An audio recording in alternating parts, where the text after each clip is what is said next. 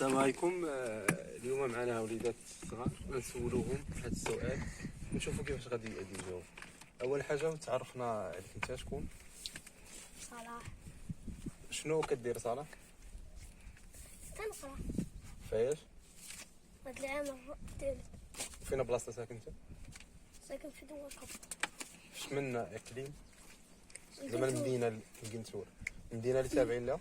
اليوسفية. اليوسفيه. بغيت نسولك واحد صلاح على واحد الحاجه اللي مهمه، ونشوف غير الجواب ديالك كيفاش داير. شنو الحلم ديالك اللي كتحلم بيه؟ ولي كرة القدم. لاعب كرة القدم. تولي لاعب كره القدم. نعم.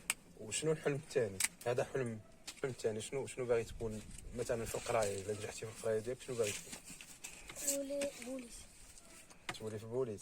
عزيز عليك تكون بوليس؟ اما انا باغي نكون لاعب لما الا ما كتبش ولي بوليس. ان شاء الله. وشنو كدير باش تحقق الحلم ديالك؟ قاعد نتشاهد. تلعب كره بزاف، تدرب، تفرج بزاف.